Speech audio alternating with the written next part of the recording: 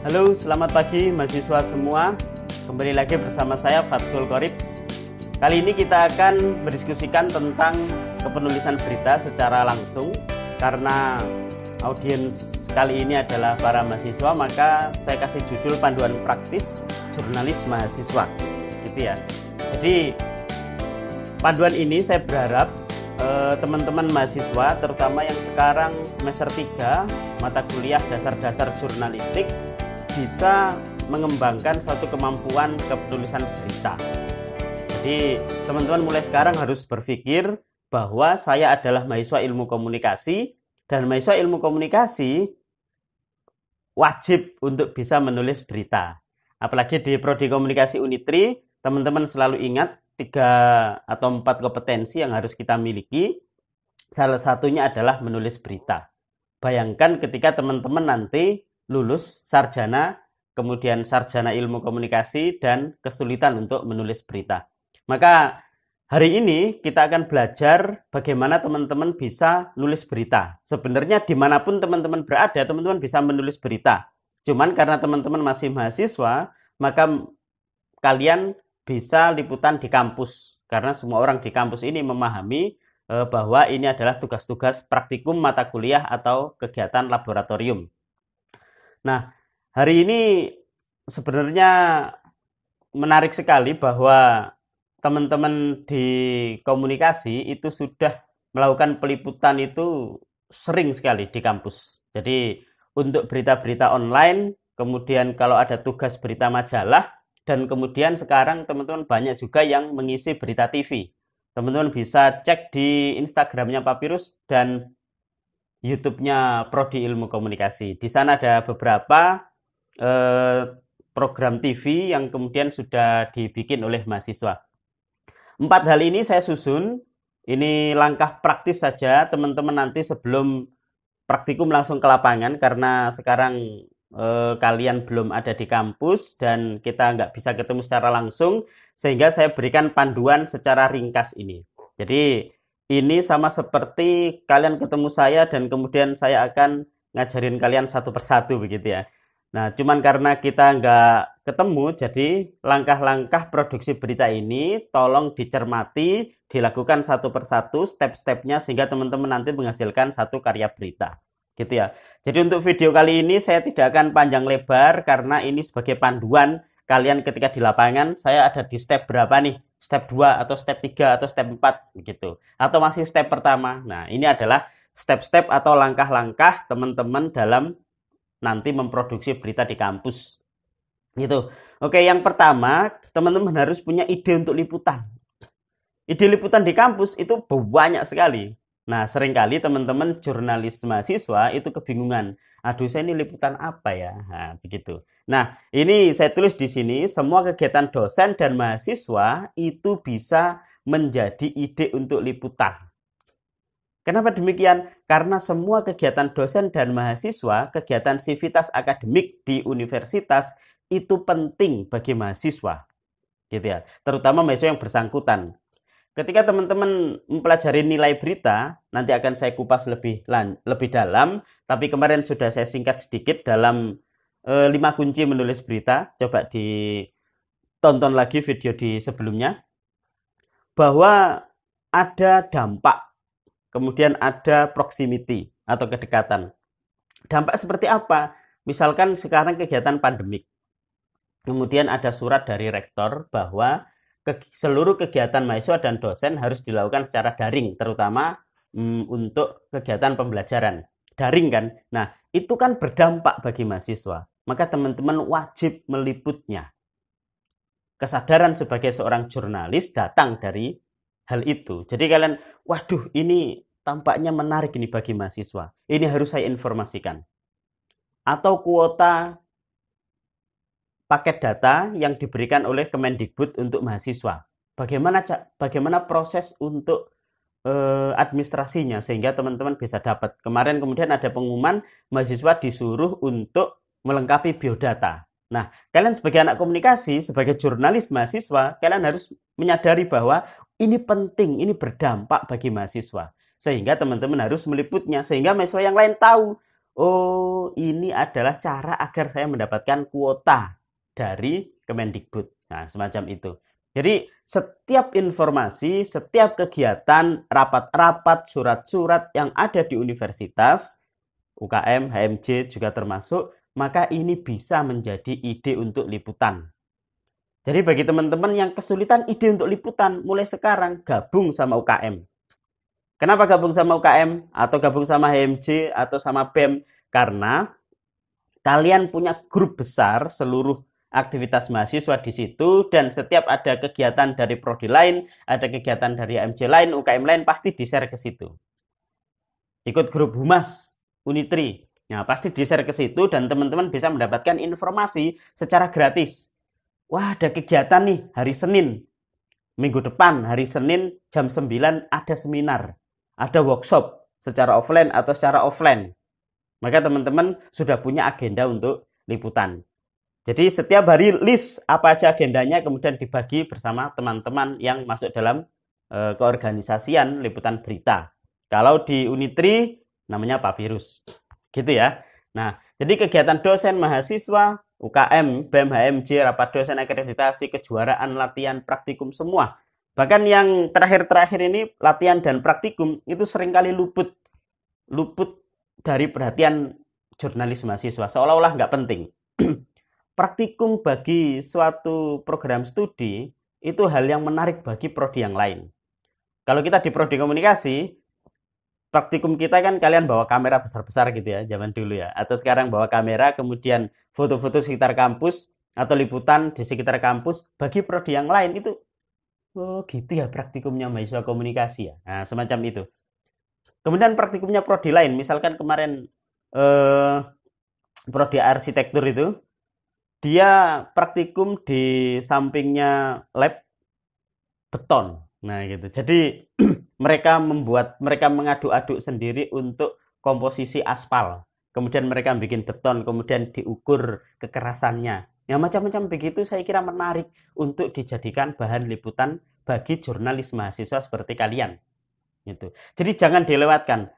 Kalian harus memiliki nomor seluruh ketua HMJ, seluruh ketua UKM, BEM, dan lain sebagainya. Atau bahkan mahasiswa-mahasiswa yang tidak aktif dalam organisasi. Organisasi daerah. Bagi teman-teman di Unitri, organisasi daerah saya kira memberikan pengaruh yang besar sekali. Liput. Karena proximity atau kedekatan dari organisasi daerah itu biasanya akan membawa pembaca yang banyak. Tulisan kita kalau dibaca banyak orang kan menyenangkan. Satu orda misalnya, satu orda punya anggota 100 orang. Itu kalau ordanya kita liput, kita pasti minimal dibaca oleh 100 orang. Jadi menarik sekali kalau liputan orda.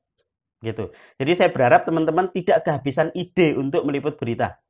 Apalagi teman-teman sekarang masih semester 3, maka teman-teman harus mulai berkomitmen untuk menulis berita. Mulai kapan? Mulai sekarang. Kalau mulainya masih, kayaknya saya mulai minggu depan aja deh. Itu biasanya nggak mulai-mulai. Jadi mulai sekarang langsung liputan. Kalau mau konsultasi, langsung ke ruang saya. Kita diskusikan dan kemudian kalian berangkat liputan. Gitu. Oke, setelah kalian menemukan ide, kemudian kalian tentukan observasi dan wawancaranya. Sebenarnya ada 3 cara untuk reportase. Reportase itu berarti mengumpulkan berita. Pertama adalah observasi, yang kedua adalah wawancara, yang ketiga adalah dokumentasi. Tapi yang kita paling sering dipakai di kampus oleh jurnalis mahasiswa adalah observasi dan wawancara. Observasi itu kalian datang ke kegiatan tersebut, gitu ya. Kalian datang, kemudian lihat, kemudian dengerin orang ngomong apa. Misalkan pemateri menjelaskan, kalau itu seminar, pematerinya, speakernya menjelaskan kepada audiens, kemudian dengerin, oh catat, dia ini ngomong apa, gitu. Catat, dengerin, kemudian perhatikan ada yang perlu ditulis apa enggak. Oh ini mahasiswanya banyak, kayaknya ada ratusan. Oh ini kayaknya mahasiswanya ada ribuan. Itu penting pandangan mata seorang wartawan, gitu. Jadi teman-teman lihat. Nah setelah kalian lihat situasi, kondisi, dengerin, kemudian paham materinya misalnya, maka kemudian susunlah sebuah draft wawancara. Wawancara apa aja? mulai dari kegiatannya apa, kemudian tujuannya bagaimana, tindak lanjutnya seperti apa, tanyakan kepada siapa? Kepada terutama panitia. Nah, kalau ada panitia, misalkan kalau di kampus ini repotnya ada banyak sekali susunannya. Misalkan ada kepanitiaan. Kepanitiaan ini, ada kepanitiaan ya. Kepanitiaan ini di atasnya ada BEM atau HMC. HMC aja ya, kita yang paling gampang ya di komunikasi. Ada konsentrasi PR, bikin kegiatan. Kemudian teman-teman ini didukung oleh HMC komunikasi. Kemudian ada prodi. Kemudian ada di atasnya FISIP, fakultas. Kemudian di atasnya ada universitas. Nah, ada lima tingkatan ini, mana yang kalian perlu wawancara? Kalau kegiatannya kegiatan mahasiswa, cukupkan pada HMC dan panitia. HMC dan panitia, satu aja pilihnya. Nah, semacam itu. Nggak usah semuanya diwawancarai. Cukup kalau untuk jurnalis mahasiswa, cukup wawancara satu orang yang bertanggung jawab terhadap acara itu. Selesai. Kalau kegiatannya praktikum, wawancara ke asisten lab atau dosennya. Selesai. Gitu ya. Jadi nggak usah banyak orang. Ketua panitia diwawancarai. Ketua HMJ-nya diwawancarai. BEM-nya diwawancarai. Kemudian datang kaprodinya diwawancarai juga. Nggak usah terlalu banyak. Nanti nggak selesai-selesai beritanya. Gitu ya. Jadi teman-teman setelah dapat ide, turun lapangan, perhatikan acara itu, kemudian wawancara. Wawancara 5W1H. Ingat-ingat aja. Ada pengembangan dari situ lebih bagus. Tapi untuk hard news, spot news, berita-berita yang kalian bikin untuk Papirus, untuk UKM kegiatan mahasiswa ini, produksi berita, teman-teman hanya membutuhkan 5W1H. Itu yang paling minimal yang harus kalian dapat, yang harus kalian gali.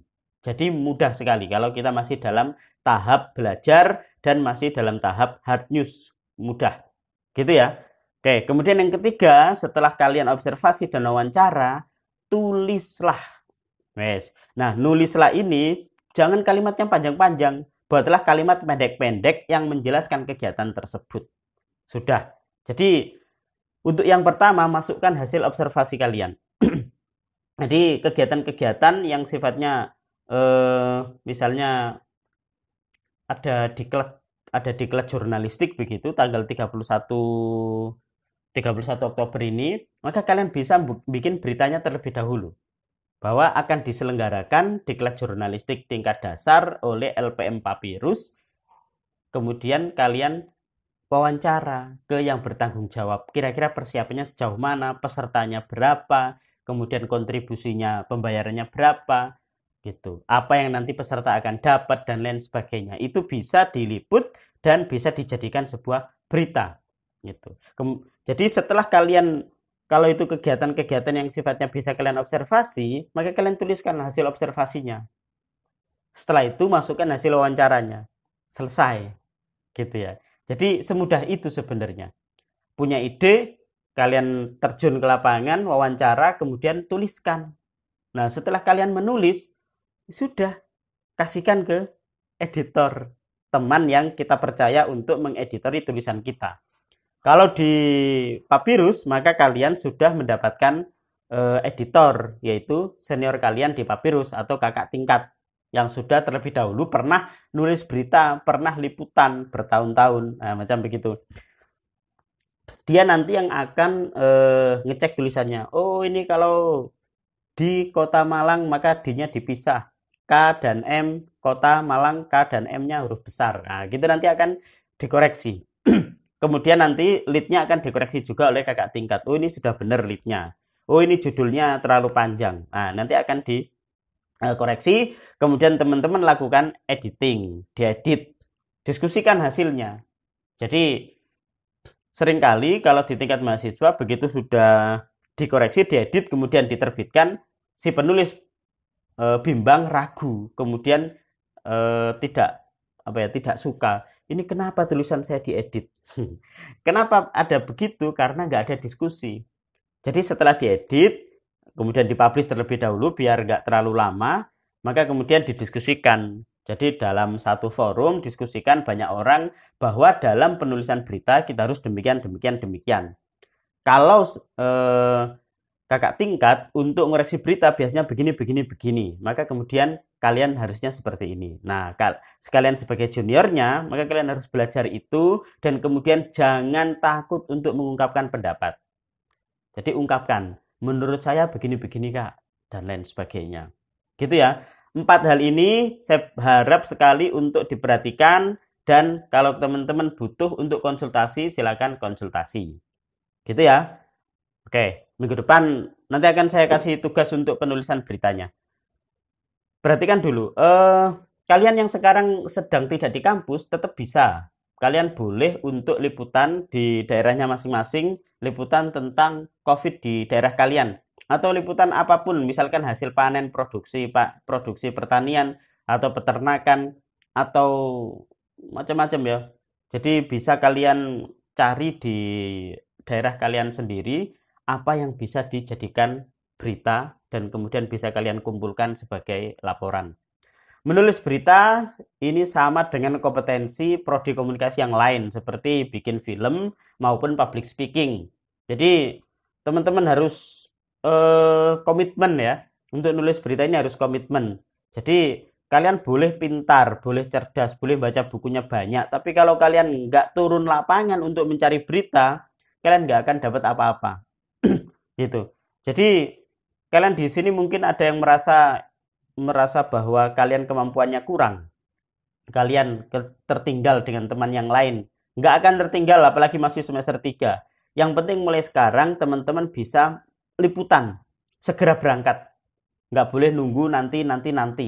Jadi segera susun senjata, susun amunisi di kepala kita. Kemudian segera liputan, konsultasi, datang ke teman-teman di Papirus yang senior-senior, kemudian minta untuk ajak bikin berita, ajak nulis berita. Maka teman-teman akan belajar lebih dulu dibanding teman-teman. Ini slide terakhir, jurnalis menentukan dunia. Jadi kalau kalian memberitakan terus-menerus berita di kampus Unitri, ditaruh di web dan kemudian dibaca oleh mahasiswa Unitri, maka sebenarnya pengetahuan mahasiswa Unitri terkait Unitrinya sendiri adalah ditentukan oleh kalian. Begitu. Maka siapapun yang tidak membaca media, tidak membaca berita-berita di Papirus suatu saat nanti, maka dia tidak akan paham Unitri. Nah, harusnya demikian. Kalian memiliki tanggung jawab yang besar untuk meliput, untuk menulis kegiatan-kegiatan, agenda-agenda yang ada di Unitri. Maka manfaatkan sebaik-baiknya. Gitu ya. Demikian dari saya. Semoga penyampaian singkat dari saya ini bisa memberikan pemahaman kepada teman-teman. Cukup demikian. Nanti kita akan diskusikan lebih lanjut di Google Classroom dan juga di Zoom kita akan diskusi. Demikian. Selamat pagi. Assalamualaikum warahmatullahi wabarakatuh.